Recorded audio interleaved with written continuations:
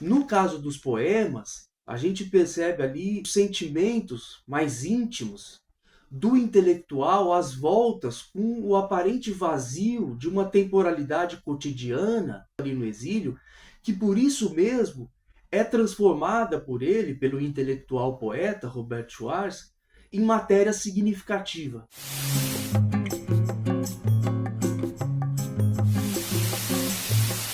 O objetivo desse vídeo é um pouco falar de uma faceta menos conhecida do Robert Schwarz, que é a faceta do Robert Schwarz poeta, não é?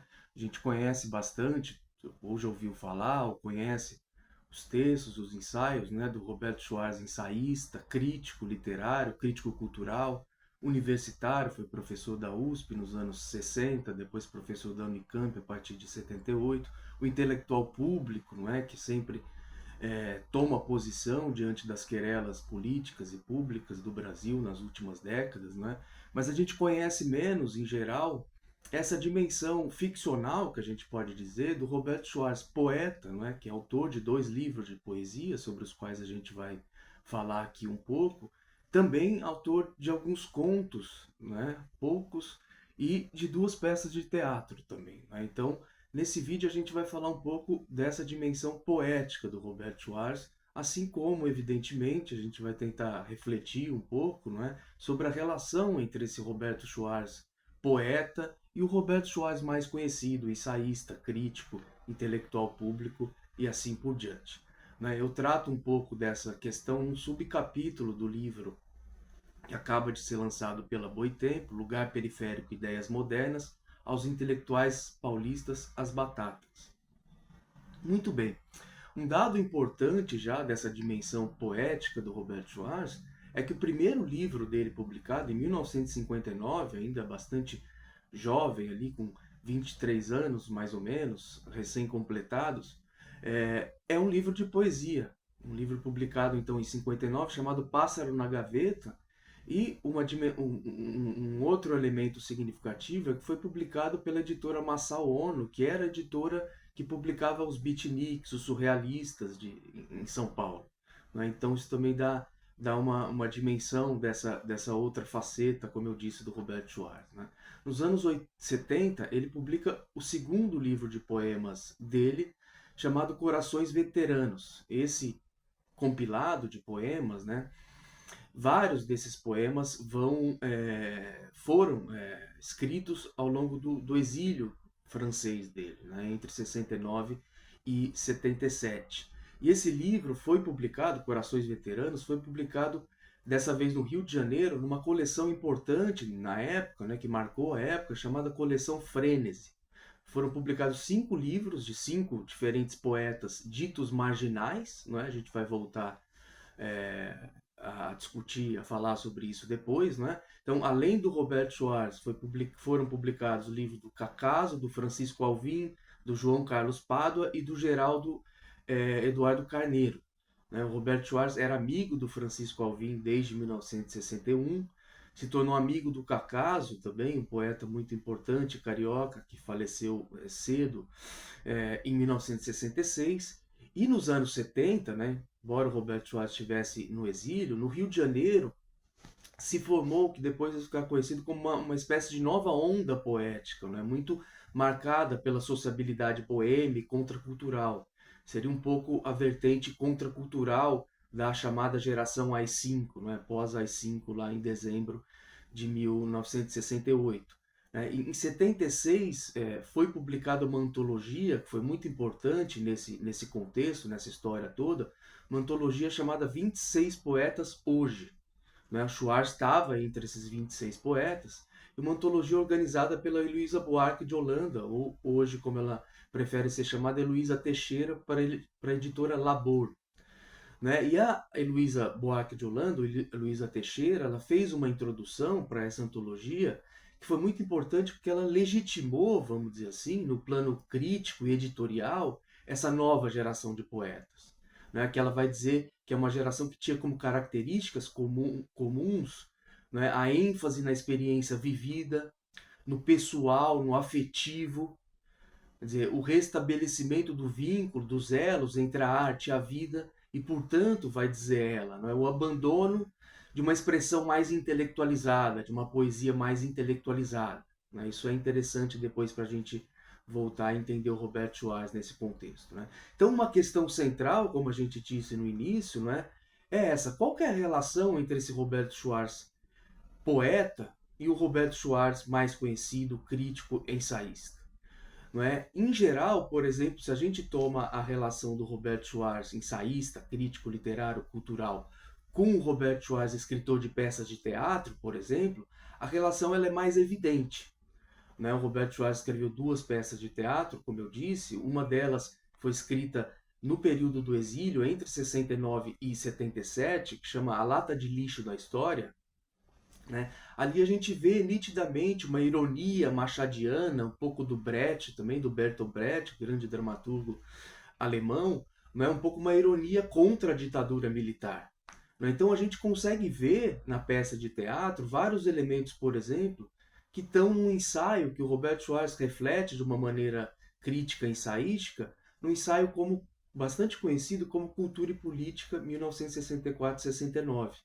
É o primeiro ensaio, aliás, que ele escreve no exílio francês e que é publicado em francês na revista Tempos Modernos, a revista do Sartre, da Simone de Beauvoir, do Merleau-Ponty, dentre outros. Né? Merleau-Ponty, nessa época, já tinha se afastado da revista. Né? Então a gente percebe nessa peça, a Lata de Lixo da História, não é esse diálogo com a obra ensaística do Robert Schwarz. A gente pode ver também, se a gente quiser, um pouco da crítica das elites, no caso das elites da ditadura militar, que o Robert Schwarz vai tematizar bastante, num outro contexto, não é? Mas nos seus estudos sobre o Machado de Assis, não é? Que ele toma o narrador machadiano como uma espécie de formalização no plano literário do comportamento entre liberal, moderno e escravista das nossas elites do século XIX. Não é? Então, esse diálogo é mais evidente. Mais recentemente, em 2022, o Robert Schwarz publicou uma outra peça de teatro, né, chamada Rainha Lira, que ali ele tematiza um pouco, no plano dramatúrgico, não é? Alguns dos impasses aí do Brasil contemporâneo, de uma certa cacofonia ideológica que a gente percebe no Brasil a partir de 2013. Né, de 2013 em diante, não é? Uma certa virada aí, a partir da qual todo mundo, inclusive a esquerda, em grande medida, não é? Estava meio perdido diante desse processo que a gente sabe que vai redundar na ascensão da extrema-direita. Né? Um pouco sem entender, e até hoje, aliás, muita gente está sem entender o que se passou, o que vem se passando. Né? Então, nessa peça também a gente vê um diálogo aí de um intelectual crítico tentando, através de uma peça de teatro, entender a sua atualidade política, histórica, né, do Brasil contemporâneo. Né? Numa entrevista que eu fiz com o Robert Schwarz, que foi publicada na revista Margem Esquerda, número 40, né, ele mesmo diz que ele recorreu ao teatro porque ele achava que naquele momento era através do teatro que ele poderia fazer um balanço que o ensaísta, que o intelectual crítico público Robert Schwarz não se via como capaz de fazer. Então até tem uma humildade aí do intelectual que reconhece que ele não teria elementos para escrever um ensaio de balanço, mas que poderia talvez através com a especificidade ficcional do teatro tentar captar um pouco ou contribuir para captar essa nova atmosfera de época que invadiu, vamos dizer assim, o Brasil contemporâneo. Não é? Então, em suma, não é difícil visualizar, perceber alguns vasos comunicantes, não é? Ou seja, algumas similitudes, algumas afinidades entre o Robert Schwarz, ensaísta, crítico, e o Robert Schwarz, ficcionista teatral, vamos dizer assim. Não é? Quer dizer, a despeito, apesar das diferenças de forma, não é? Do ensaio e do teatro, em ambos os casos a gente percebe explicitamente uma crítica, um intento de crítica do presente, né? Daquilo que o Walter Benjamin chamava do tempo de agora, do agora, que é o momento a partir do qual a gente visualiza o passado e também tenta ver, desvendar, por assim dizer, as possibilidades de futuro. Não é? Então, uma perspectiva crítica muito fundada no presente e que remetia ao modo de funcionamento do capitalismo brasileiro. tanto nos ensaios quanto no teatro. Mas e entre o Robert Schwarz crítico, ensaísta, e o Robert Schwarz poeta? Né? Aí a relação é mais complicada, como a gente está sugerindo desde o início dessa conversa. Né? O que se deve, evidentemente, à especificidade da linguagem poética, né? Que é muito diferente mesmo do teatro e ainda mais de um ensaio argumentativo e assim por diante. Mas se deve também aos temas abordados nos poemas. Não é? Um elemento interessante é que a editora Civilização Brasileira, por exemplo, não quis publicar o livro Corações Veteranos, o segundo livro de poema do Roberto Schwarz, saiu nos anos 70, e argumentou que era um livro que, na verdade, era um mero desabafo particular. Não é? E, de fato, à primeira vista, quando a gente lê os poemas do Roberto Schwarz, né, sobretudo esses que estão em Corações Veteranos, né, cuja maioria, como eu disse, foi escrita no exílio, né, a gente tem a sensação de que se trata de algo bem diferente do que a gente vê nos ensaios, né, ou mesmo nas peças de teatro.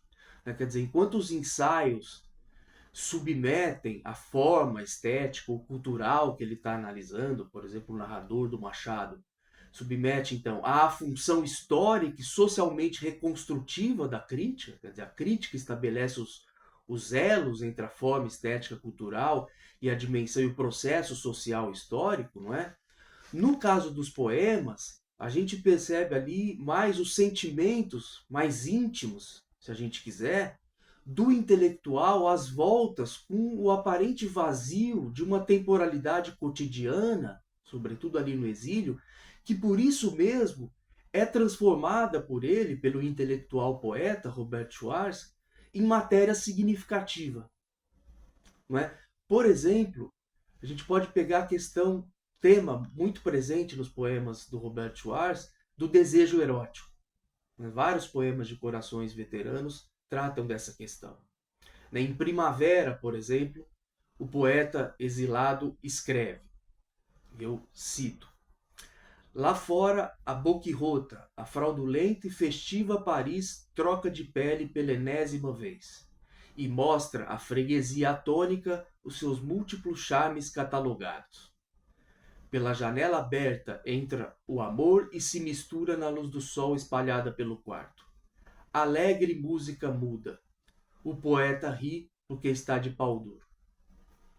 Então, em Schwarz, no Schwarz, esse componente libidinal, se a gente quiser, né, é muito interessante que ele atua, e isso era, de uma certa maneira, comum entre os exilados, segundo alguns estudos, entre os exilados brasileiros na França, em Paris.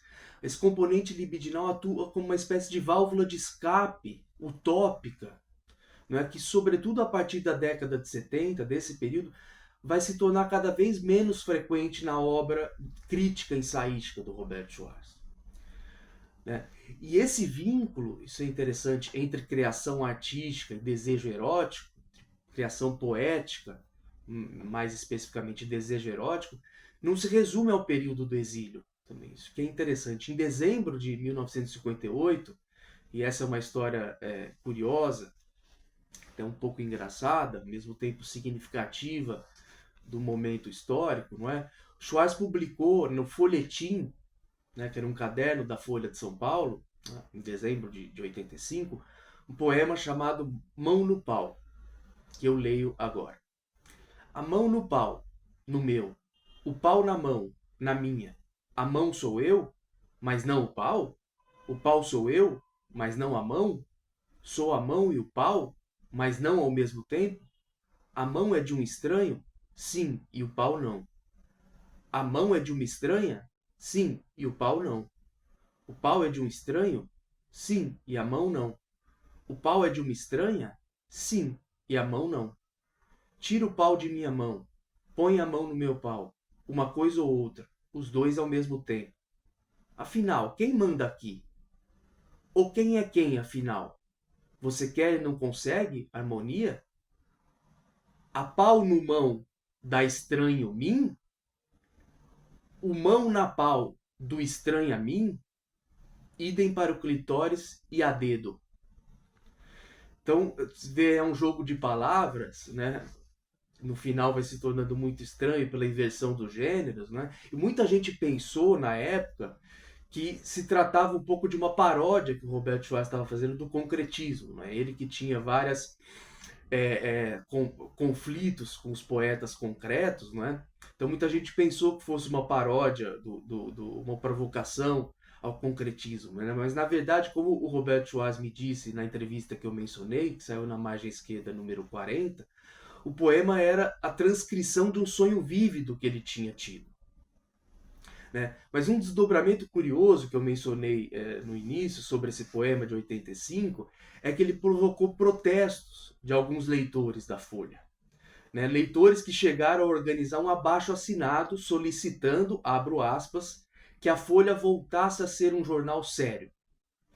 Né? A própria Folha fez uma reportagem sobre isso, né? Sobre esse protesto, esse abaixo-assinado, nos dias seguintes à publicação do poema.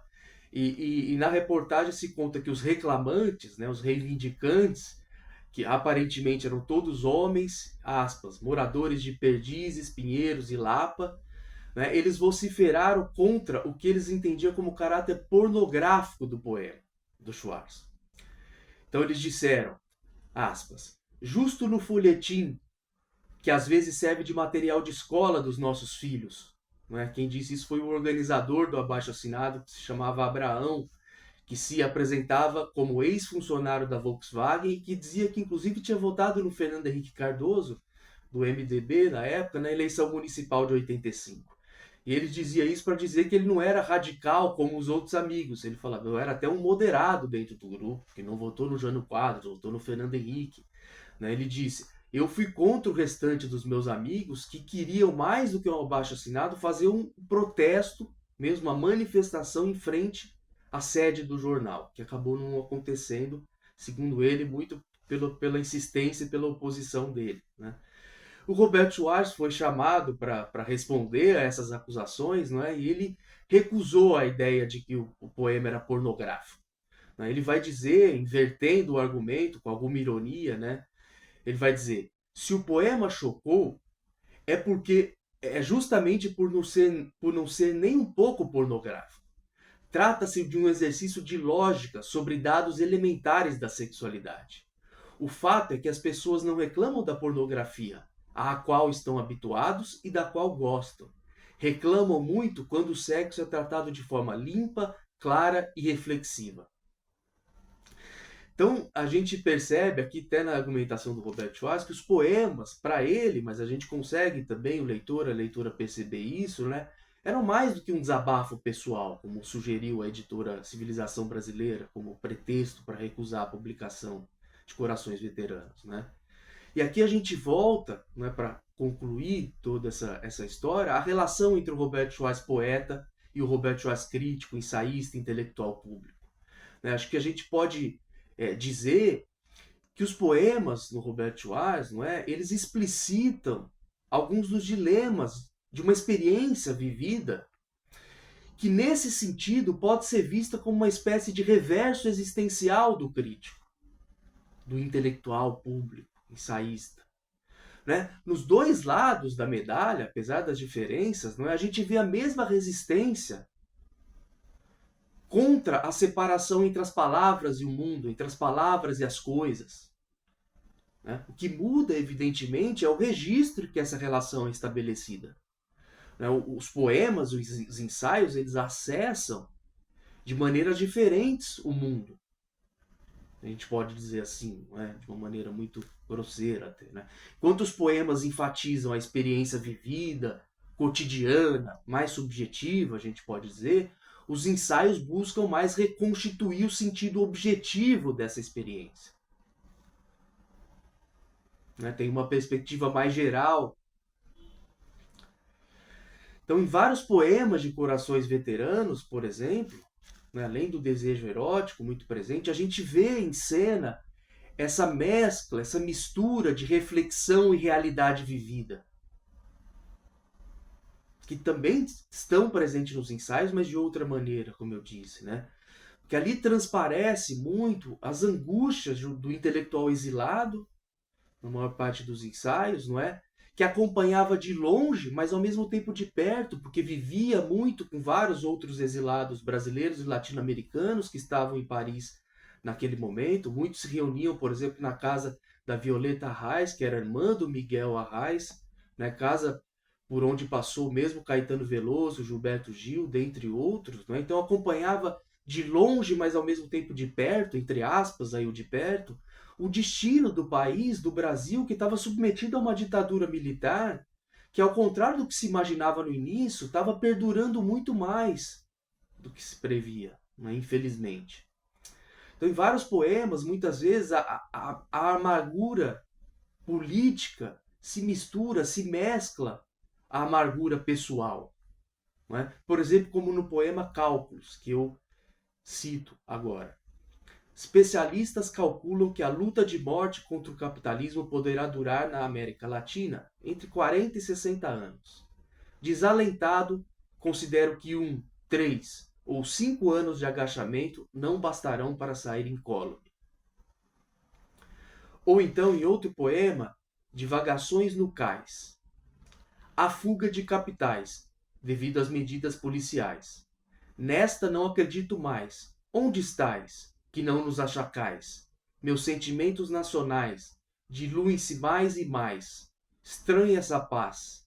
O que será que preparais?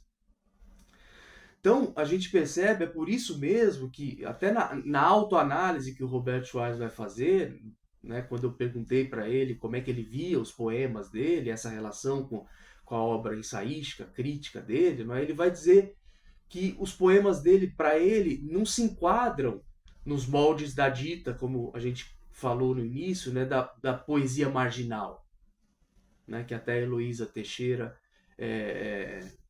mencionava, né, na introdução que ela fez para a antologia, na qual estava lá, entre vários outros, entre outros os 26 poetas, o Roberto Schwarz. Né? E, entre outras coisas, o Roberto Schwarz vai dizer, em função justamente disso que ele acredita ser esse caráter mais reflexivo da atividade poética dele. Né? Mesmo quando o assunto é, à primeira vista, mais trivial, mais cotidiano, mais sem importância, aparentemente, importância significativa de um ponto de vista mais intelectual, vamos dizer assim.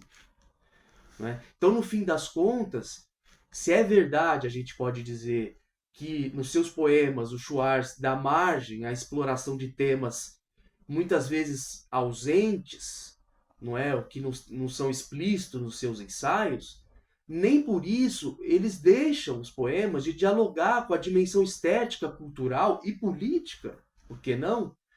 Que assume o centro da cena também na sua elaboração crítica ensaística. Né? Então eis aí, portanto, e esse foi o objetivo desse vídeo, o nosso Roberto Schwarz menos conhecido, o nosso Roberto Schwarz poeta.